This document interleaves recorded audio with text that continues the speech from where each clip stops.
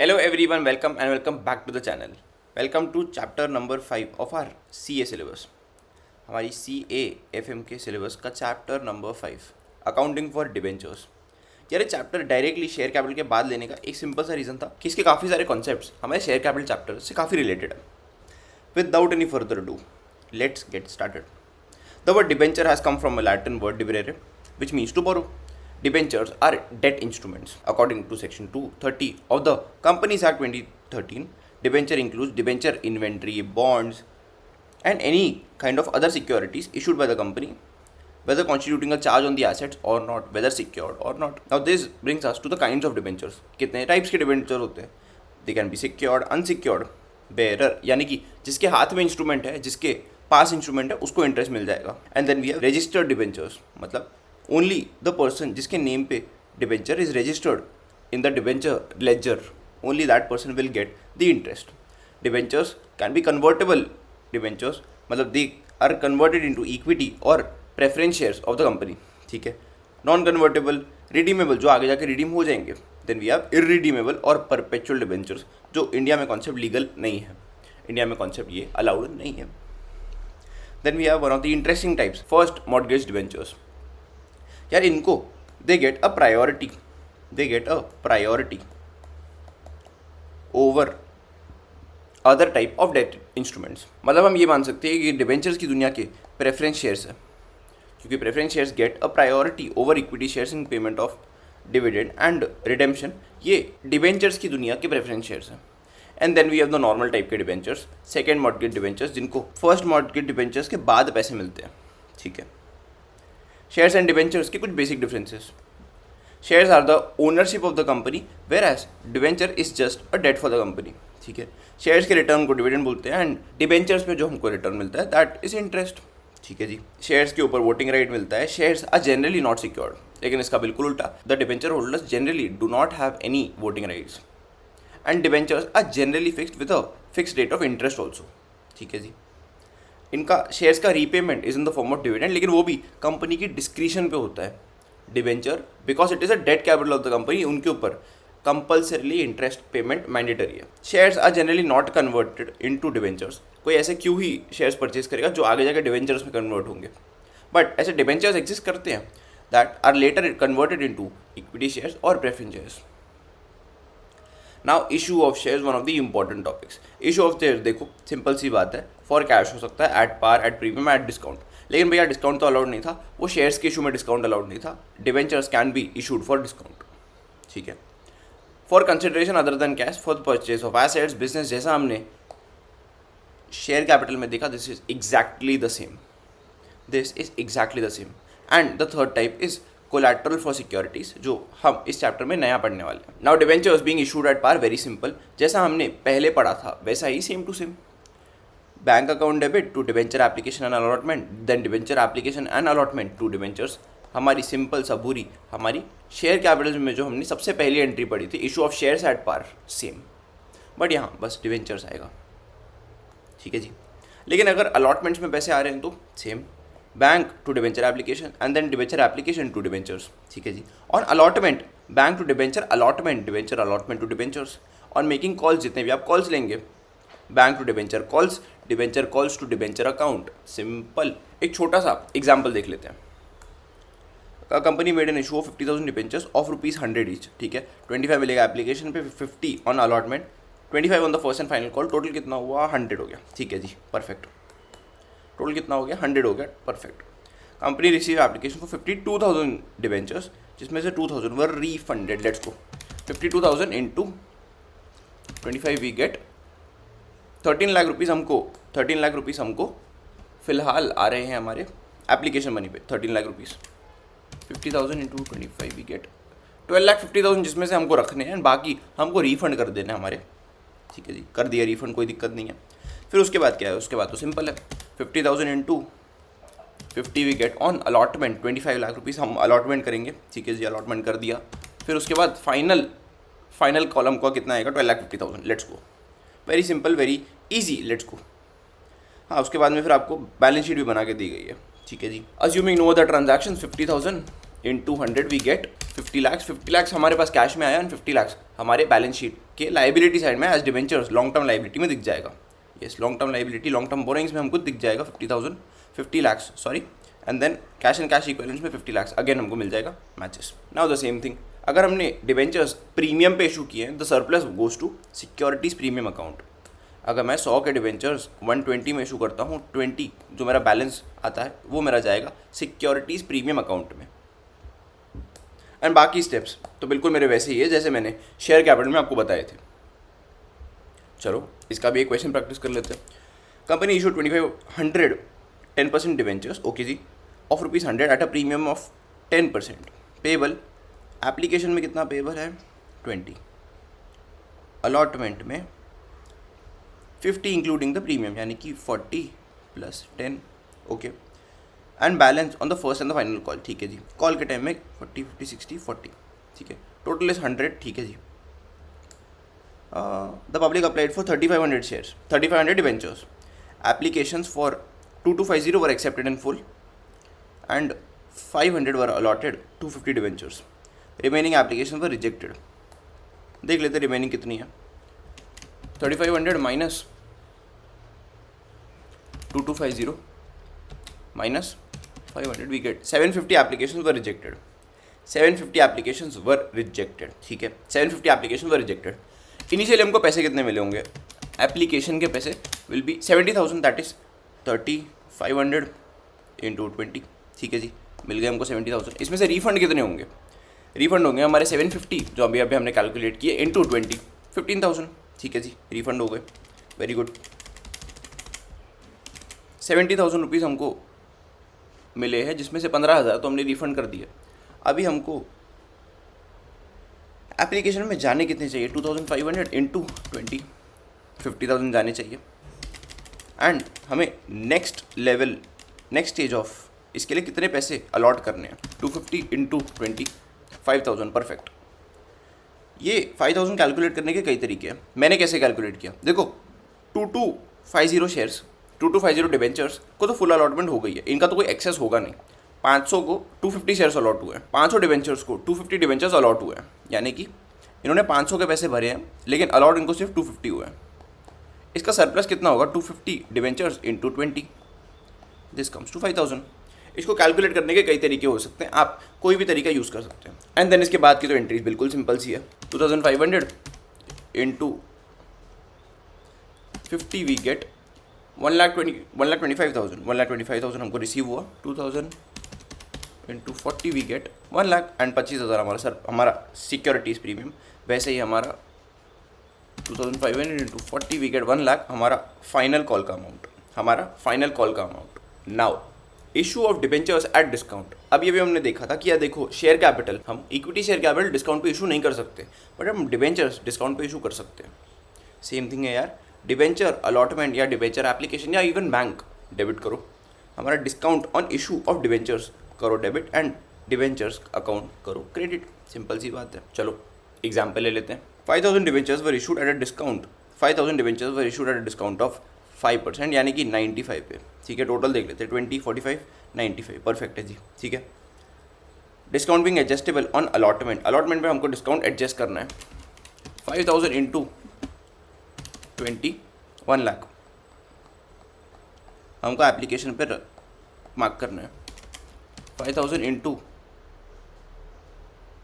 30, 1,50,000. 5,000 into 50 we get 2,50,000. हमको final call के time में मार्क करना है, लेकिन इसमें से डिस्काउंट कितना है? 5,000 इंटू 5, दैट इज 25,000. यानी कि हम लोग को 1,25,000 रिसीव होगा एंड 25,000 का डिस्काउंट है. देख लेते हैं. चलो, पहले इस पे 1 लाख था, सेकंड इसमें 1,50,000, फिर थर्ड इस पे 2,50,000. Let's check. फर्स्ट पे 1 लाख था, सेकंड पे 1,25,000 एंड 25, थर्ड पे 25, यस, थर्ड पे 2,50,000 एट द फर्स्ट कॉल, ठीक है जी. Match, let's go. Now debentures के केस में भी हमारे ओवर सब्सक्रिप्शन पॉसिबल है. ओवर सब्सक्रिप्शन मतलब हमें एप्लीकेशंस आती है ज़्यादा एज़ कम्पेयर टू व्हाट हमने इशू किए थे. हम जितने पब्लिक को इशू करना चाहते हैं उसके केस में what we get is more. या यहाँ पर भी ऐसा हो सकता है कि कुछ एप्लीकेंट्स को फुल अलॉटमेंट मिल जाए, कुछ को बिल्कुल भी ना मिले, एंड कुछ को प्रोराटा मिल जाए, या सबको ही प्रोराटा मिल जाए। इसका हमने एक सिंपल सा फॉर्मूला पढ़ा था। एक काम करो, अगर आपको 10,000 डिबेंचर्स इशू करने हैं, लेकिन अगर आपको 15,000 एप्लीकेशन आ जाए तो क्या करोगे? वेरी सिंपल, 10:15 करो, यानी कि 2:3। यानी कि हर 3 एप्लीकेशंस पे आपको 2 डिबेंचर्स अलॉट हो जाएंगे। अगर आपने 300 डिबेंचर्स की एप्लीकेशन करी, आपको 200 डिबेंचर अलॉट हो जाएंगे। Very simple. फटाफट इसका भी एग्जाम्पल देख लेते हैं। Company X issued 10,000 debentures of 12% of ₹100, 40 on application, payable 40 on application and 60 on allotment. ठीक है जी। Public applied for 14,000 debentures, applications of 9,000 debentures were accepted in full. ठीक है, यानी कि 9,000 को 9 के ही मिल रहे हैं। Application for 2,000 debentures were allotted 1,000 debentures, यानी कि 2,000 को 1 के मिला, and the remaining application for rejected. बचे कितने? 3,000। 9 + 2 दैट इज 11, 11 - 14 दैट इज 3,000। इनको रिफंड मिल गया। यानी कि देखो सरप्लस किसका है? सरप्लस सिर्फ इनका है। जैसे हमने क्वेश्चन नंबर 1 में देखा था, सरप्लस सिर्फ इनका है, उन्हीं के सरप्लस को हम कैलकुलेट करेंगे। Now let's 14,000 into 40 we get 5,60,000 हमको एप्लीकेशन पे पैसे रिसीव होंगे। ठीक है, नाउ हमको अलॉट कितने करने हैं? 10,000 इंटू 40। हमारे डिवेंचर्स में क्रेडिट कितना होगा? 4 लाख। परफेक्ट है। रिफंड कितना होगा? 3,000 इंटू 40, 1,20,000। नाउ सरप्लस कितना है? सरप्लस मेरा 1,000 का है। 1,000 into 40 we get 40,000। 5,60,000, 5,60,000 matches. Let's go. अब आगे की कैलकुलेशन तो एकदम ही सिंपल सी है। 10,000 into 60 we get 6 lakh. 6 lakh allot करो, आगे बढ़ो। 6 लाख अलॉट करो, let's go.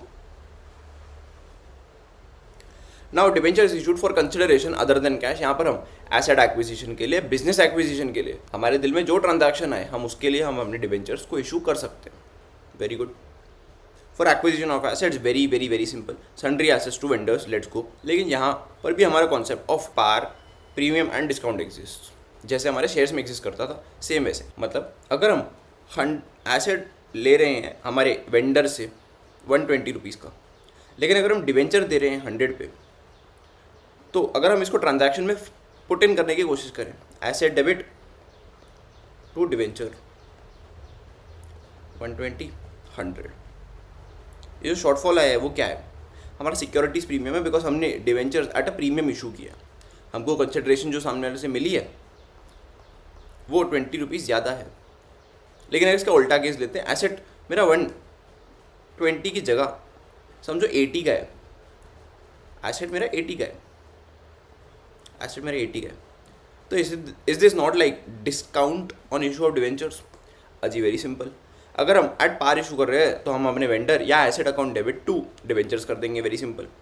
If they are issued at a premium, हमारा वेंडर अकाउंट जहाँ पर हम परचेज प्राइस से उनको डेबिट करेंगे, to debentures to securities premium account, and इसका बिल्कुल उल्टा, vendor discount on issue of debentures debit to debentures. Very simple, very very very very easy. चलो फटाफट से अभी इसका भी एक एग्जाम्पल देख लेते हैं। Radha limited purchase in machinery worth ₹1,20,000 and building worth ₹2 lakh. ठीक है जी। मतलब एसेट में हमारे पास दो चीज़ें आ गई, 1,20,000 प्लस 2 लाख, दैट इज 3,20,000। ठीक है। From Deepa limited and agreed to issued agreed purchase consideration of ₹3 lakh. लेकिन परचेज कंसिडरेशन हम कितने की इशू करेंगे? 3 लाख रुपीज़ की। ठीक है। In the way of 3,000 debentures of 100 each. ठीक है जी। 3 लाख रुपीज़ हो गए, 2 कर दिए मेरे डिवेंचर्स 3 लाख के, to securities premium 20,000। Very simple. Rai company purchase a set of assets for 2,20,000 and agreed to issue 2,000 debentures of 100, यानी कि 2 lakh rupees worth of debentures at a premium of 10%। अरे वाह। 2 lakh plus 10% is 2,20,000 plus 10%, yes, it was 2,20,000। तो 2,20,000 के asset purchase किए, 2 लाख के debentures to securities premium 20,000. Let's go. Now debentures are security assets which can be issued as a collateral. ठीक है जी. A collateral asset may be defined as a subsidiary or secondary or additional security besides the primary collateral. हम debentures as a collateral issue कर सकते हैं कि अगर आगे जाकर we default in the payment we will issue you debentures for free of cost. Example लेते हैं, मैंने किसी बैंक से लिया लोन 100 करोड़ का फॉर अ फैक्ट्री. एक फैक्ट्री मैंने परचेज की ऑफ ₹100 करोड़, लेकिन बैंक को डर है कि ये फैक्ट्री की वैल्यू आगे जाकर कम हो जाएगी, तो उन्होंने बोला एक काम करो डिबेंचर्स भी इशू कर दो 50 CR के, लेकिन दीज आर कोलैटरल. मैं बैंक को इशू नहीं कर रहा हूँ, मैं बस इतना बोल रहा हूँ कि अगर आगे जाकर अगर आपको मेरे से पैसे नहीं मिले तो एक काम करना, मेरी फैक्ट्री को बेच देना. मेरी फैक्ट्री आपके पास सिक्योरिटी तो पड़ी है, एंड अगर फैक्ट्री के पैसे इनफ नहीं पड़े तो मैं मार्केट में जाके 50 करोड़ के डिबेंचर्स बेचूंगा, आपका जितना भी शॉर्टफॉल होगा आपको पे कर दूंगा. Now the factory is working as a primary security and the debentures are issued and the debentures issued are working as a collateral, that is a second layer security. ठीक है.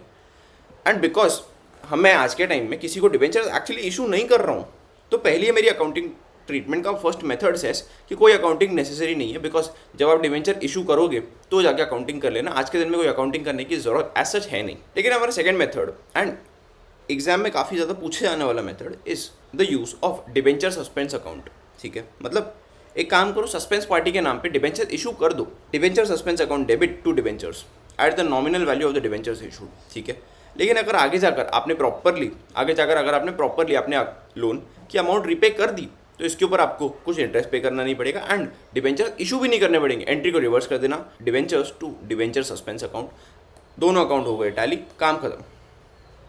चलो जी, very simple example देख लेते हैं. B limited secured an overdraft of 80,000 rupees by issuing 900 12% debentures of ₹100, यानी कि 90,000. Prepare a balance sheet. Very simple यार, very simple. Debenture suspense to debentures 90,000. ठीक है, हमारी बैलेंस शीट भी बड़ी सिंपल सी है. हमने डिबेंचर सस्पेंस के लिए हमने डिबेंचर सस्पेंस एसेट बनाया, फिर हमने डिबेंचर की लाइबिलिटी बनाई एंड हमारी कोलैटरल फॉर 80,000 रुपीज़ का ओवरड्राफ्ट तो एग्जिस्ट करता ही है. नाउ डिबेंचर इंटरेस्ट, हमारा डिबेंचर इंटरेस्ट या डिबेंचर इंटरेस्ट एज हमने देखा था हमारे लेक्चर नंबर 1 में कि सारे एसेट्स एंड एक्सपेंसेस डेबिट होते हैं. This is no exception. ठीक है जी, डिबेंचर इंटरेस्ट हम डेबिट करेंगे, फिर उसके बाद हम क्रेडिट क्या करेंगे, बैंक अकाउंट करेंगे. Very simple. नहीं, नॉट रियली, क्योंकि डिबेंचर्स के ऊपर इंटरेस्ट पे होता है जिसके ऊपर TDS कट होता है. अगर मुझे 100 का इनकम पे करना है, लेकिन अगर मुझे 30 का TDS काटना है तो मैं डिबेंचर होल्डर्स को 70 पे करूँगा, लेकिन मैं मेरी गवर्नमेंट को 30 पे करूँगा. मेरा खर्चा तो 100 ही है, बस मेरे हेड्स चेंज हो जाते हैं कि मैं 70 किसी होल्डर को पे करूँगा, लेकिन 30 मैं गवर्नमेंट को पे करूँगा. एंड इसकी अकाउंटिंग कैसे होती है, very simple. Debenture interest 100, tax deducted at source 30 to debenture holders 70. फिर उसके बाद मैं 70 मेरे डिबेंचर होल्डर्स को पे कर दूंगा मैं. उसके बाद हमारा टैक्स पेएबल मेरे 30 रुपीज़ मेरे गवर्नमेंट को पे कर दूंगा. Very simple. फिर उसके बाद जो डिबेंचर इंटरेस्ट मैंने यहाँ पर बनाया है उसको PNL में राइट ऑफ कर दूंगा अगेन. चलो फटाफट से इसका एक एग्जाम्पल देख लेते हैं. M limited has issued ₹5 lakh के डिबेंचर्स 10% इंटरेस्ट रेट पे. Interest which was payable half yearly on 30 September and 31 March. ठीक है, इंटरेस्ट हाफ ईयरली पे होगा, यानी कि 25,000 का. 5 लाख का 10% इट इज़ 50,000, लेकिन वो साल में 2 बार पे होगा, इसके लिए इट इज़ 25,000. TDS is 10%. ठीक है, यानी कि 25,000 मेरा डिबेंचर का इंटरेस्ट का एक्सपेंसेस है. 10% इट इज़ 2,500 एंड 22,500. इतना मैं मेरे डिबेंचर होल्डर्स को पे करूँगा एंड इतना मेरा TDS होगा जो कि मैं जाके गवर्नमेंट को पे करूँगा. 25,000 इस मेरा PNL. देखते हैं, 25,000 2,500 22,500. परफेक्ट. ये मैंने मेरे डिबेंचर होल्डर्स को पे कर दिया, ये मैंने गवर्नमेंट को पे कर दिया. एंड उसके बाद वही सेम एंट्री में 31 मार्च को रिपीट करूँगा. ठीक है जी, फिर पूरा 50,000 रुपये, यानी कि ये 25,000 एंड ये 25,000 पूरा का पूरा मैं PNL में ट्रांसफ़र कर दूंगा. ठीक है, वर्क्स. जब हम डिबेंचर्स इशू करते हैं हमको टर्म्स ऑफ इशू के साथ साथ टर्म्स ऑफ रिडेम्पशन भी मेंशन करने पड़ते हैं. कुछ परम्यूटेशन एंड कॉम्बिनेशन जो एग्जिस्ट कर सकते हैं. हमने इशू तो किए पार पे, एंड रिडीम भी करेंगे पार पे। इशू तो किए हमने पार पे, रिडीम करेंगे at a premium. Issued at discount, redeemable at par, and so on and so forth. इनकी अकाउंटिंग में वेरी सिंपल है यार, वेरी वेरी वेरी सिंपल है। Issued at par and redeemable at par. ठीक है भाई, bank account to debentures account, काम खत्म करो, पैसे रिसीव करो। इशू किया at discount and redeemable at par. Bank account debit, discount on issue of debentures to debenture holder. Very good, simple C entry हमारी, सिंपल सी एंट्री जो हमने discount के केस में देखी थी। Issued at a premium and redeemable at par. ठीक है, bank account to debentures to security premium, fine. Issued at par but redeemable at a premium. Now here is where things get tricky. अगर हम issue के time में premium में issue करते हैं, मतलब हम सामने वाले से ज़्यादा पैसे कलेक्ट कर रहे हैं, that goes to security premiums. And अगर हम डिस्काउंट पे इशू करते हैं तो it goes to discount on issue, discount on issue. Security premium हमारा रिजर्व एंड सरप्लस में जाता है, लेकिन डिस्काउंट इज़ एन एक्सपेंस। लेकिन अगर हम रिडीम कर रहे हैं eight a premium, it is a loss, क्योंकि आप ज़्यादा पे कर रहे हो फॉर, आप 100 रुपये के डिबेंचर के लिए आप 120 रुपये पे कर रहे हो, आपके लिए एक लॉस है। लेकिन अगर आप रिडीम कर रहे हो eight a discount, it is again. ये चीज़ में पता नहीं क्यों बच्चे बहुत कंफ्यूज होते हैं कि एक जगह हम प्रीमियम को सिक्योरिटी प्रीमियम में डाल रहे हैं, लेकिन दूसरी जगह we treated as a loss. ठीक है, देखते हैं। डिस्काउंट को discount on issue of debentures बोला जाता है, एंड लॉस को loss on issue of debenture बोला जाता है। चलो इस चीज़ों को भी ध्यान से एक बार देख लेते हैं। इशू तो हमने किया एट पार, लेकिन it is redeemable at a premium. Redeemable at a premium यानी कि आगे जाकर आपको एक्स्ट्रा पैसे पे करने पड़ेंगे, दैट इज़ योर लाइबिलिटी। ठीक है, bank account debit, debenture account with a nominal value, premium on redemption of debentures, यानी कि आप कितना प्रीमियम पे करेंगे आगे जाकर, because this is also your liability. आपने आज बोला पैसे मुझे 200 रुपये फॉर अ डिवेंचर ऑफ जिसकी फेस वैल्यू इज़ 100, लेकिन आगे जाकर मैं रिडीम करूँगा कितने में, 120 में। इसको अगर मैं जर्नल एंट्री में लिखना चाहूँ तो bank account debit 100 to debentures 100 to premium जो आगे जाकर आप पे करेंगे 20। लॉस कितना है आपका, लॉस आपका कितना है 120, सॉरी 20, लॉस 120 का नहीं 20 का है। ठीक है जी, समझ में आता है हमें इतना। अब चलते हैं आगे। Issued at a discount and redeemable at a premium. Let's see, bank account debit कि आपको कितना अमाउंट रिसीव हुआ, discount on the issue of debentures, discount on the issue of debentures कितना आपने डिस्काउंट दिया, डिवेंचर्स अकाउंट क्रेडिट कितना nominal value and premium payable, and जो आपका बैलेंस बच गया that is your loss on issue. ठीक है, चलो इसको विद एन एग्जाम्पल समझते हैं। डिवेंचर आपके 100 के हैं, आप रिडीम करोगे एट 120, लेकिन आपने इशू किए एट 75। चलो इसको कैलकुलेट कर लेते हैं।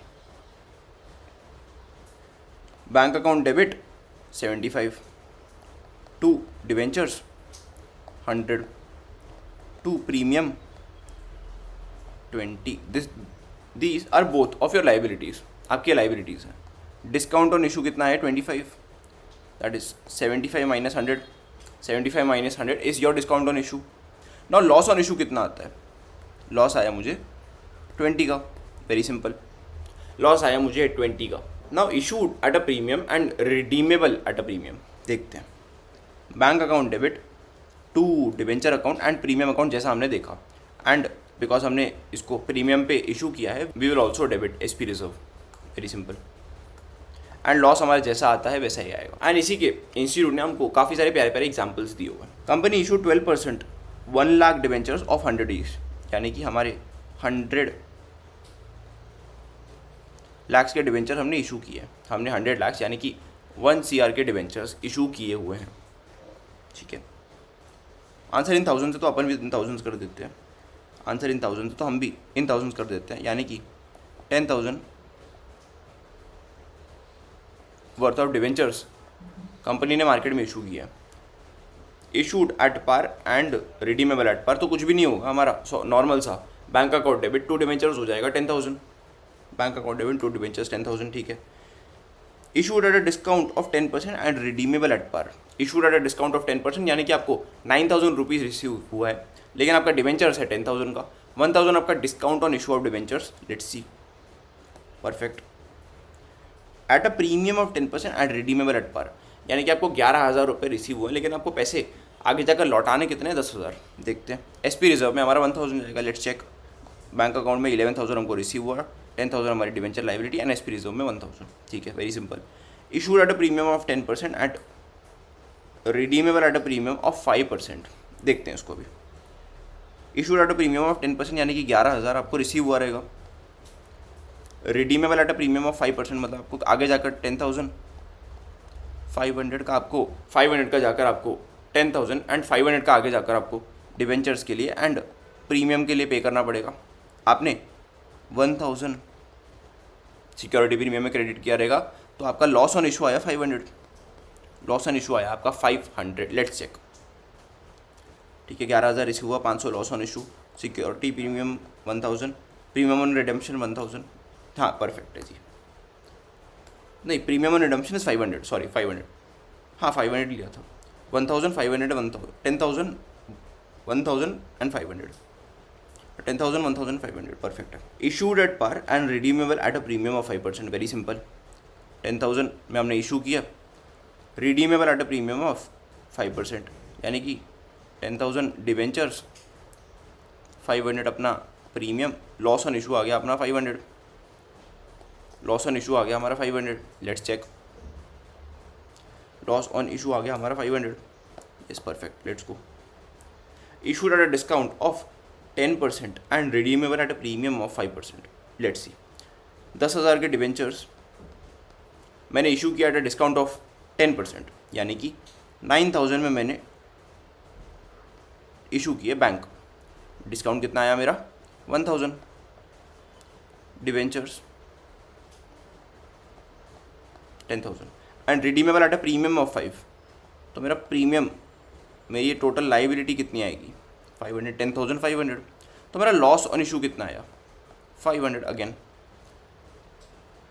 9,000 बैंक, डिवेंचर्स का डिस्काउंट आया 1,000, जिस 500, 500। ठीक है, चलो लेट्स चेक।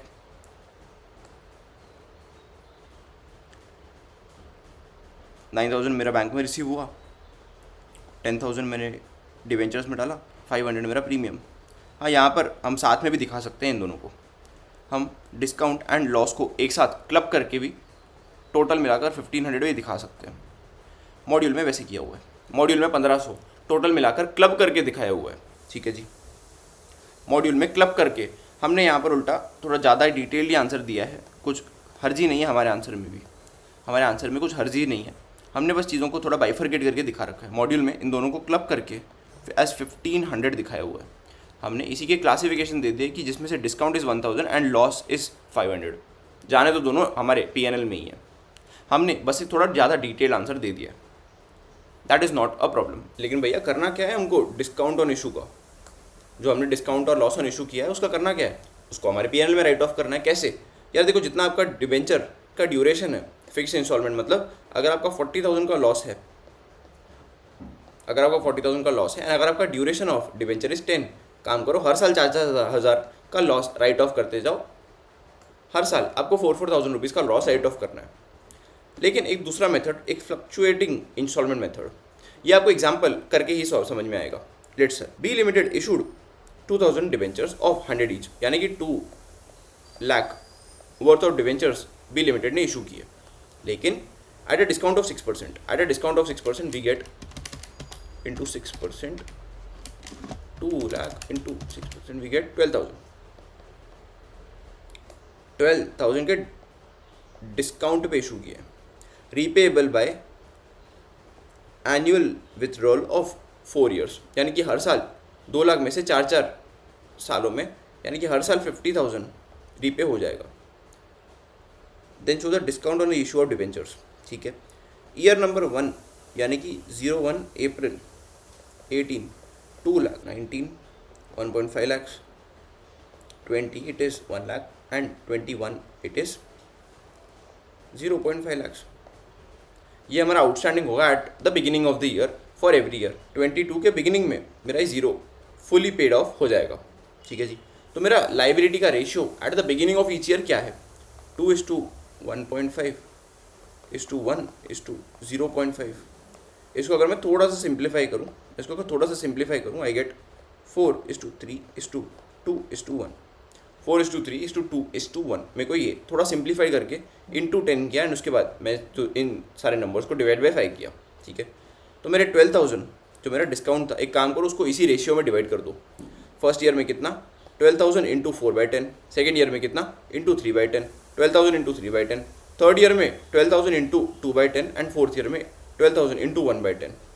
टोटल मेरा आया 12,000। ऐसे इस रेशियो में अंडर फ्लक्चुएटिंग इंस्टॉलमेंट मेथड जितना आपके साल के स्टार्टिंग में आउटस्टैंडिंग है उसको इन द रेशियो ऑफ सारे के सारे सालों में जितना आपका आउटस्टैंडिंग रहने वाला है उस रेशियो में डिवाइड कर दो एंड अंडर फ्लक्चुएटिंग मेथड अपना आंसर निकाल लो। Very simple. Now one of the tricky concepts, debenture redemption reserve.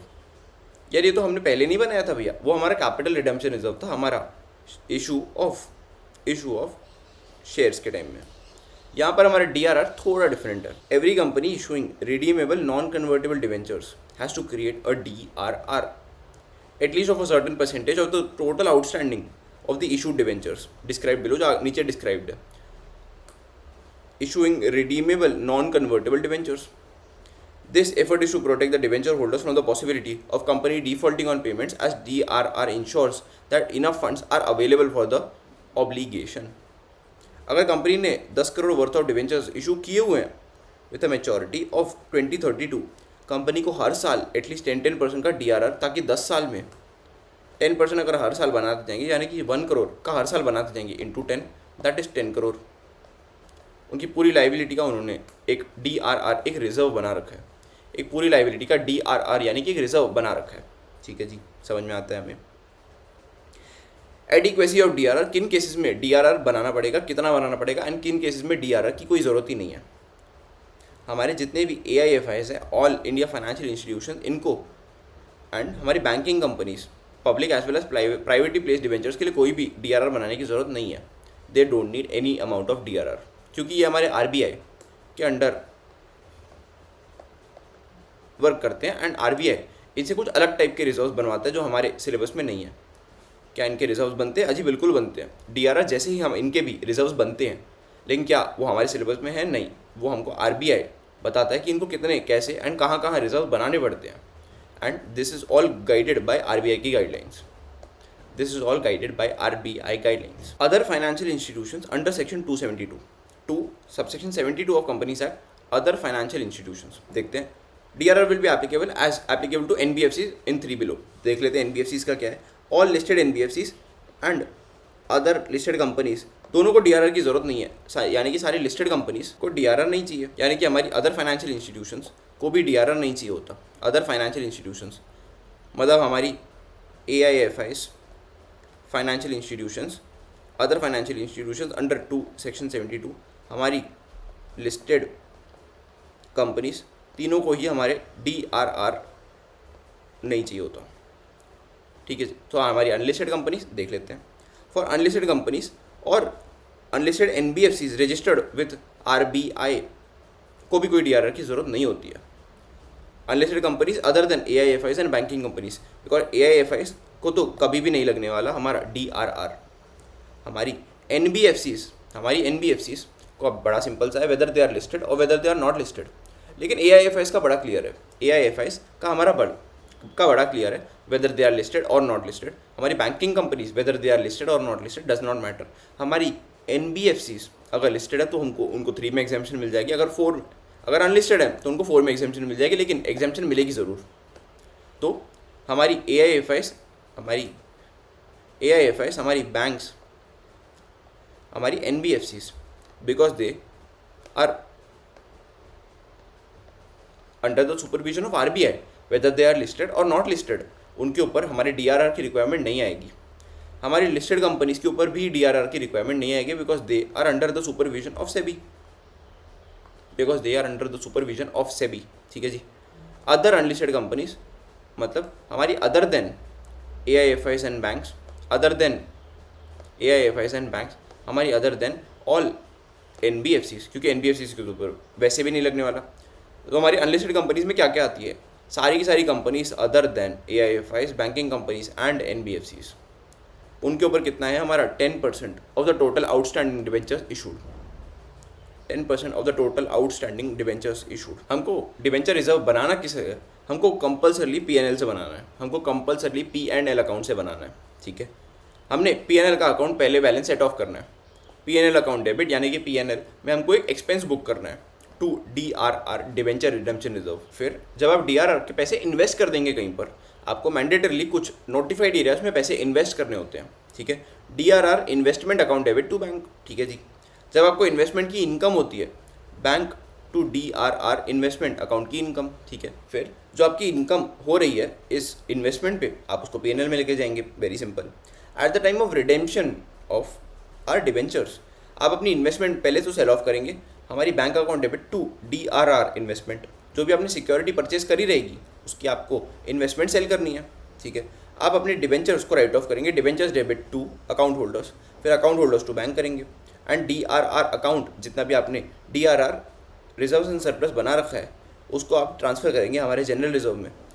आप देखेंगे फ्लो ऑफ ट्रांजैक्शन बड़ा सिंपल है। पहले हमने P&L में से DRR रिजर्व बनाया, उसके बाद जैसे हमारा काम हो गया DRR, हमने DRR का बैलेंस जनरल रिजर्व में ट्रांसफ़र कर दिया। अब आप सोचोगे P&L था लेकिन जनरल रिजर्व में क्यों ट्रांसफ़र किया? यार P&L का balance at the and general reserve में ही जाता है। P&L का balance at the and general reserve में ही जाता है। पहले P&L में से हम P&L रिजर्व में ट्रांसफ़र करते हैं एंड देन उसके बाद विथ टाइम उसको जनरल रिजर्व में ट्रांसफ़र कर दिया जाता है, विथ टाइम उसको जनरल रिजर्व में ट्रांसफ़र कर दिया जाता है। चलो जी, वेरी सिंपल, समझ में आता है। आप डिबेंचर्स को कैसे रिडीम कर सकते हैं? आप एक ही बार में फुल लमसम पेमेंट भी कर सकते हैं, आप ओपन मार्केट में से परचेज भी कर सकते हैं, लेकिन भैया ये तो रिस्ट्रिक्टेड नहीं था, ये शेयर्स का रिस्ट्रिक्टेड था। आप अपने खुद के डिबेंचर्स मार्केट में से भली भांति परचेज कर सकते हैं। You can repurchase your own debentures from the market, does not matter आपके ऊपर। In case of only shares आपके ऊपर ये रेस्ट्रिक्शन एग्जिस्ट करता है कि आप ओपन मार्केट में से खुद के सिक्योरिटीज़ को परचेज नहीं कर सकते। They can be converted into shares and payment by instalments, ठीक है जी। चलो जी, let's take an example. The following balances appear in the books of an unlisted company other than AIFI, banking company and NBFC and HFC, ठीक है जी। मतलब इनको DRR बनाने की ज़रूरत है, okay. As on 31 December 2022, 6% mortgage, 10,000 debentures of 10 each, यानी कि 1 लाख, ठीक है जी, समझ में आता है। DRR, लेकिन हमने DRR कितना बनाया हुआ है? 5,000 का, यानी कि 5,000 से हमारा डिवेंचर रिडेम्पशन रिजर्व कम है, हमको 5,000 का और बनाना पड़ेगा। Investments in a scheduled deposit bank of ₹15,000 at an interest rate of 4%, receivable 31 December every year. Bank balance with the company is 90,000। Interest on debentures is paid up to ₹31 December, ठीक है। On 28 February the debentures were realized at par and the debentures were paid off at a premium with the accrued interest, ठीक है जी। जाते हैं एकदम order में।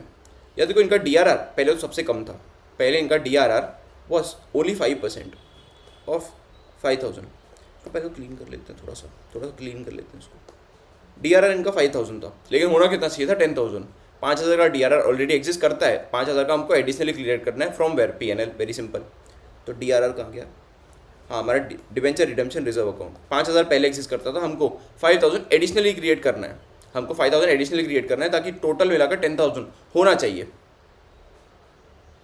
उसके बाद मेरे डिवेंचर होल्डर्स को मुझे प्रीमियम पे रिडीम करना है, यानी कि 1 lakh rupees, 0.1 into 10,000 that is 1,000 rupees के प्रीमियम पे मुझे उनको रिडीम करना है, यानी कि मेरा लॉस ऑन रिडेम्पशन कितना है? 1,000 रुपीज़। चलो देख लेते हैं। अजी बिल्कुल, 1,01,000 मैंने पे किया। मेरे डिवेंचर्स मेरे बुक्स में कितने अमाउंट पे आ रहे हैं? 1 लाख रुपीज़। एंड मैं पूरा का पूरा अमाउंट हमारे डिवेंचर होल्डर्स के अकाउंट में ट्रांसफर कर दूंगा। Debentures account debit to our debenture holder account, very simple. DRR investment reserve, यानी कि हमारी इन्वेस्टमेंट 15,000 रुपये की मैं सेल ऑफ कर दूंगा for the repayment of debentures, very simple. 15,000 रुपये मैं सेल ऑफ कर दूंगा। डिवेंचर रिडेम्पशन का इंटरेस्ट अमाउंट मैं 31 December तक तो पे कर चुका हूँ। मेरे 1 लाख के डिवेंचर्स के ऊपर 31 December तक तो पे कर चुका हूँ इंटू 6%, लेकिन मेरे 2 months की इंटरेस्ट बाकी है। मेरे 2 months फ्रॉम Jan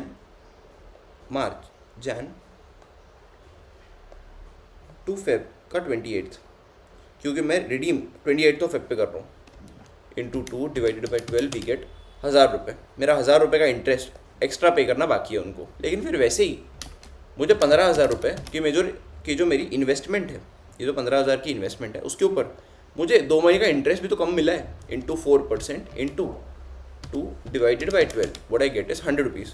मुझे 100 रुपीज़ एक्स्ट्रा इंटरेस्ट भी मिला जाएगा, मुझे एक्स्ट्रा 100 रुपीज़ इंटरेस्ट रिसीव भी होगा, मुझे 1000 रुपीज़ का इंटरेस्ट पे भी करना पड़ेगा अलॉन्ग विथ 1,01,000। ठीक है, पे कर दिया।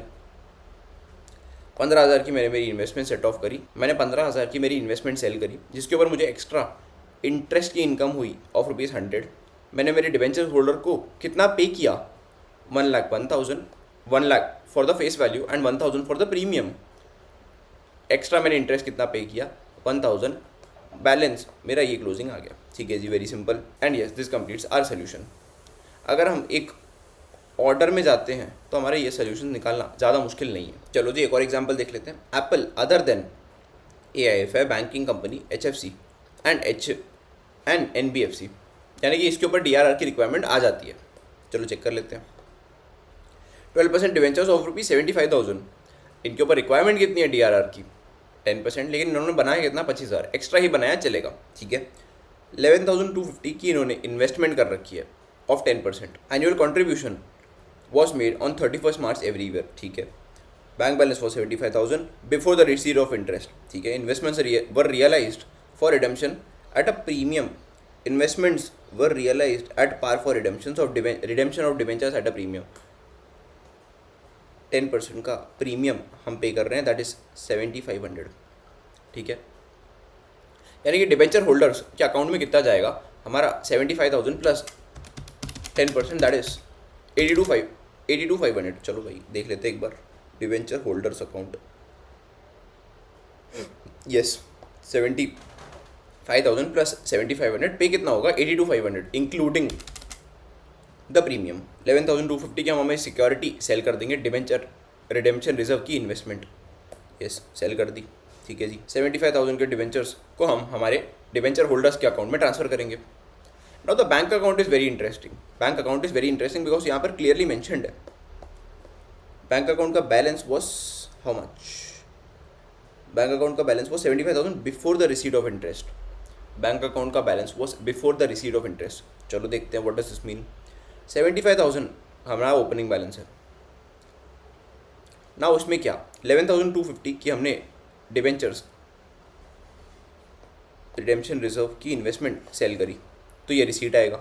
इसके ऊपर का इंटरेस्ट रिसीट हमको अब तक मिला भी नहीं है। ठीक है, यानी कि 1125 का हमारा इंटरेस्ट का रिसीट होगा। चलो देखते हैं, yes 1125 and 11,250 and debenture redemption वाले हमारे डिवेंचर होल्डर्स को हमने 82,500 पे किया, बचा हमारा ये बैलेंस क्लोजिंग। यार वेरी वेरी वेरी सिंपल, लेकिन एक छोटी सी डिफरेंस है, छोटी सी प्रॉब्लम है। यहाँ पर 25,000 नहीं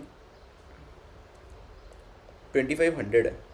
इंस्टीट्यूट ने अपने कॉग्रेंडम में ये चीज़ ऐड करी है कि यहाँ पर टाइपो एरर है, 25,000 का DRR नहीं एग्जिस्ट करता, 2,500 का एग्जिस्ट करता है, जो कि हमें यहाँ से कंफर्म भी हो जाता है। लेकिन DRR चाहिए कितना, 75,000 का 10%, दैट इज दिस अमाउंट का 10%, 7,500।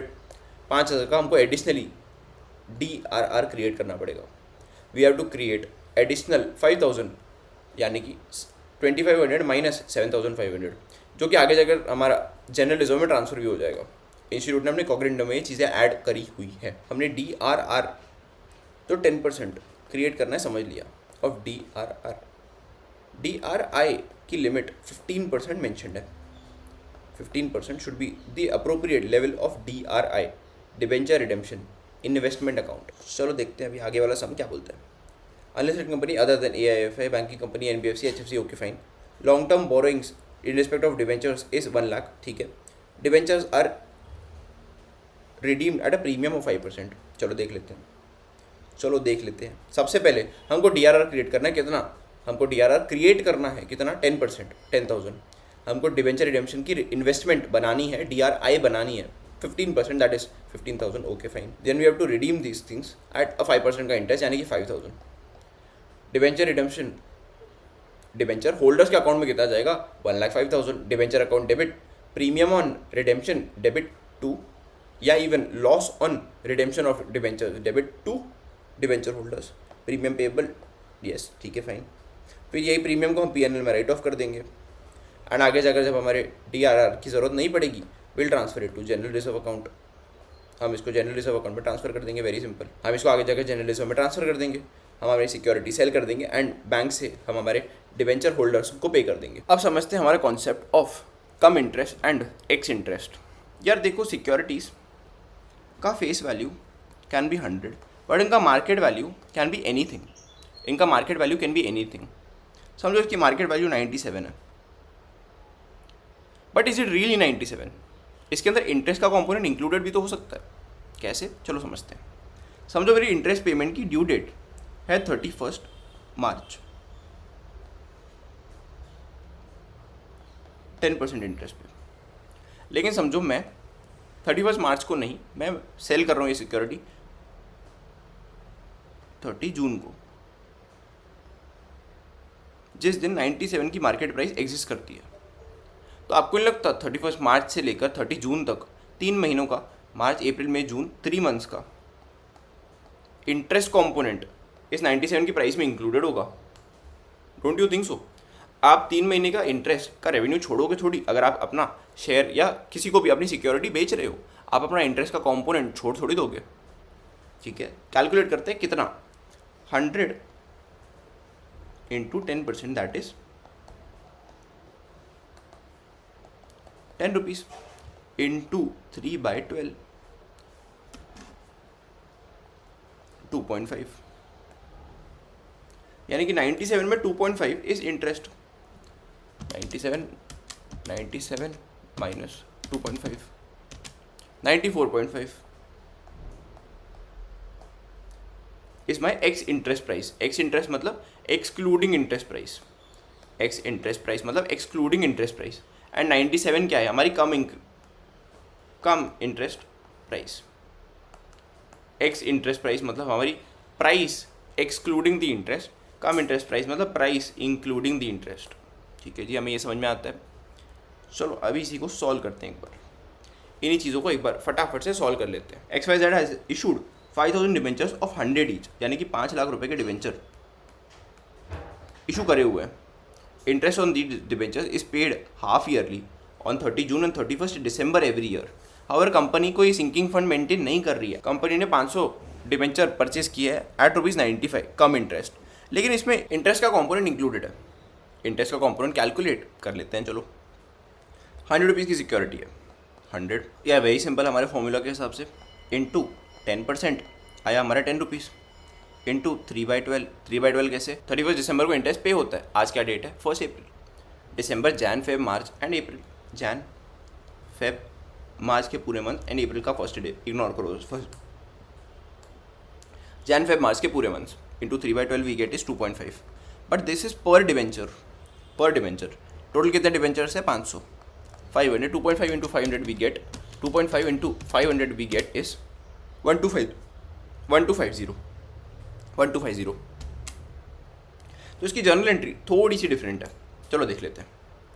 इसकी जर्नल एंट्री थोड़ी सी डिफरेंट है। डिवेंचर्स डेबिट तो होंगे, लेकिन किससे? यार उनकी फेस वैल्यू से डेबिट होंगे। That is 500 into 100, that is 50,000। इनमें इंटरेस्ट का कंपोनेंट कितना इंक्लूडेड है? 1250। लेकिन हमने पे कितना किया? Bank we paid 500 into 95, that is 47,500।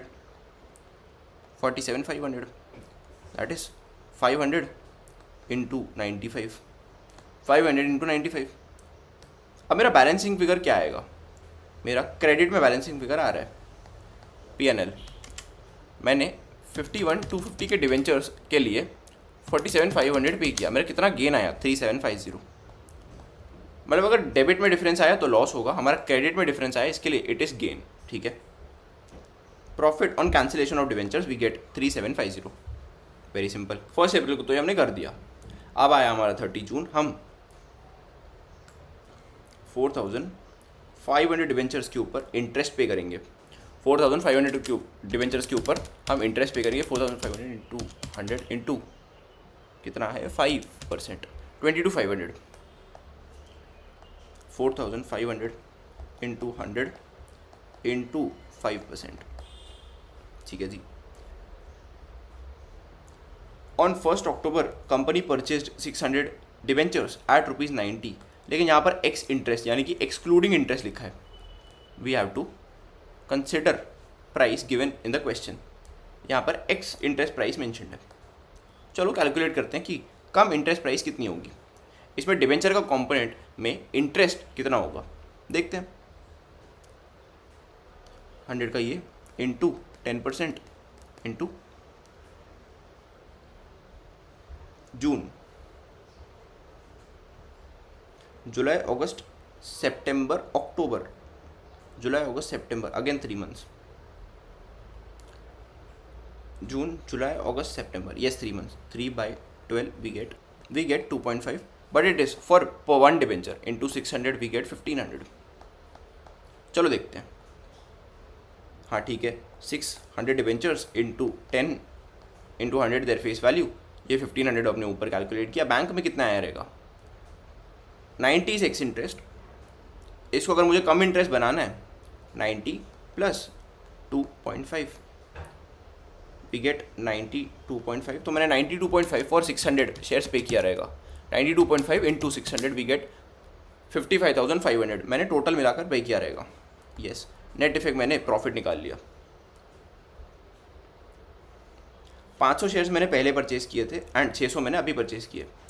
500 minus 5000 minus 1100 we get 3900 shares के ऊपर मुझे अभी इंटरेस्ट पे करना पड़ेगा इंटू 19,500. Yes, perfect. फिर मैंने साल भर में जितना इंटरेस्ट पे किया है 19,500 प्लस 22,500 प्लस 1250 प्लस 1500, इसका टोटल 19,500 प्लस 1250 प्लस 22,500 प्लस 1500, 44,750 मैं टोटल मेरे PNL में राइट ऑफ कर दूंगा. एंड मेरा जितना भी profit on cancellation of debentures होगा, यानी कि यहाँ आपका 6,000 एंड ऊपर आने वाला 3,750 यानी कि 9,750 मैं मेरे कैपिटल रिजर्व में ट्रांसफ़र कर दूंगा. Very simple. Question number 13, question number 12 का काफ़ी सिमिलर है. इसको आप होमवर्क में as a practice question solve कर सकते हैं. And yes people, this completes our chapter number 5 debentures. Share capital के बाद ये हमारा अगला चैप्टर था जो कि बड़ा इंटरेस्टिंग था. इसके बाद what will be studying is company accounts के कुछ relating concept, buy back, escrows, ESOPs, underwriting. बहुत इंटरेस्टिंग चैप्टर होगा अगला वाला चैप्टर. फिलहाल के लिए हमने 5 चैप्टर्स ऑफ CAFM में से CA का सिलेबस कंप्लीट कर चुके हैं. This is it from my and for the day. अगर आपको वीडियो पसंद आया हो, वीडियो पे एक लाइक करना एंड प्यारा सा कमेंट करना ना भूलियो. एंड अगर दिल से पसंद आया हो, अपने किसी फ्रेंड के साथ शेयर करना भी ना भूलियो. मैं मिलता हूँ आपसे अगले लेक्चर में. तब तक के लिए keep learning, keep understanding, keep giving your absolute best. मिलता हूँ आपसे अगले सेशन में. Thank you very much.